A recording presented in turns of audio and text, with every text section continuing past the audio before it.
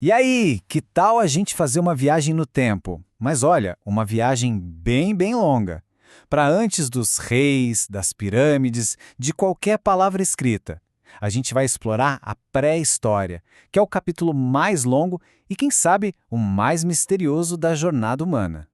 Parece uma pergunta meio estranha, né? Se a história é o registro do passado, como é que pode existir alguma coisa antes dela?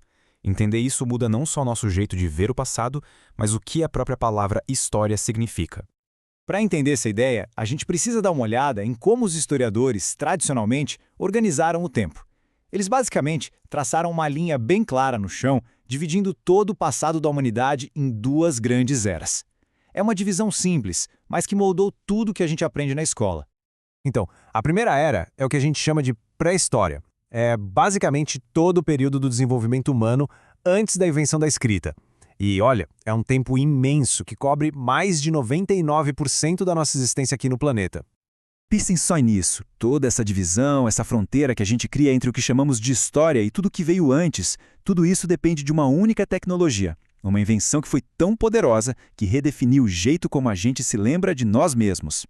E essa longa pré-história geralmente é dividida em três grandes períodos, que são definidos pela tecnologia da época. Mas antes da gente mergulhar neles, precisamos falar sobre um problema importante. O próprio conceito de pré-história é bem mais complicado do que parece.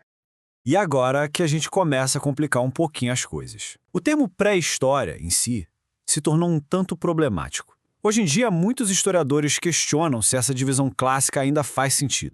Então, qual é o problema de usar a escrita como um divisor de águas? Parece lógico, certo? Mas é essa crítica que nos leva ao centro da questão. Como a história é contada e, mais importante ainda, por quem?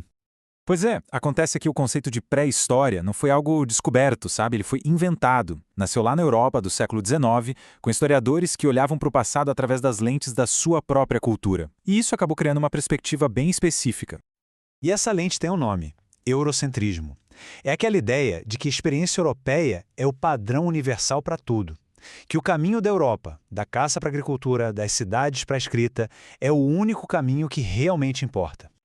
A visão antiga olhava para esse período todo como uma longa sala de espera, uma ausência de história até a chegada da escrita. Já a crítica moderna diz que isso cria uma falsa ideia de ausência porque ignora as histórias riquíssimas e super complexas de povos que simplesmente não usavam a escrita. Então, para a gente entender essa história que já existia antes da escrita, vamos voltar bem para o comecinho. Vamos mergulhar no primeiro e mais longo período da humanidade, o Paleolítico. A vida no Paleolítico era puro movimento. Pequenos grupos humanos eram nômades, sempre seguindo a migração dos animais e os ciclos das plantas. A sobrevivência dependia dessa sintonia fina com a natureza, e foi aqui que a nossa criatividade deu os primeiros passos, transformando simples pedras em ferramentas. E então, uma coisa mudou absolutamente tudo: o domínio do fogo. E não era só para se aquecer ou para cozinhar, não. Fogo era poder. Afastava os predadores, iluminava a escuridão e se tornou o centro da vida social. Era defesa, ferramenta e arma, tudo ao mesmo tempo. Essas pessoas não tinham um alfabeto, mas isso não quer dizer que elas não tinham histórias para contar. As ideias complexas deles só usavam uma tela diferente, as paredes de rocha das cavernas. Essas pinturas rupestres são as nossas janelas para a mente do povo do Paleolítico. Elas nos mostram o mundo deles, as caçadas, os animais que eles temiam e também veneravam. Mas será que eram só registros? Muitos historiadores acreditam que era bem mais do que isso. Talvez parte de rituais para garantir o sucesso na caça ou, quem sabe, portais para o mundo espiritual. Depois de centenas de milhares de anos vivendo em movimento, a humanidade estava prestes a passar por uma das suas maiores transformações. Não foi algo que aconteceu do dia para a noite, mas um processo lento que mudou tudo: a Revolução Neolítica. Foi tipo uma reação em cadeia. Tudo começou com a descoberta de que dava para cultivar plantas. Aí nasceu a agricultura. Isso levou à domesticação de animais e, com uma fonte de alimento mais estável, não era mais preciso ficar vagando por aí. O resultado? O surgimento das primeiras aldeias permanentes. E o ponto principal é este aqui. Foi uma mudança fundamental na nossa relação com o planeta. A gente deixou de apenas se adaptar ao que a natureza oferecia e começou a transformar ativamente o ambiente para atender às nossas necessidades. E essas novas aldeias se tornaram centros de inovação. A fase final da pré-história é definida pela descoberta de um novo material revolucionário, tirado da própria Terra. Bem-vindos à Idade dos Metais. Dominar os metais foi um processo gradual.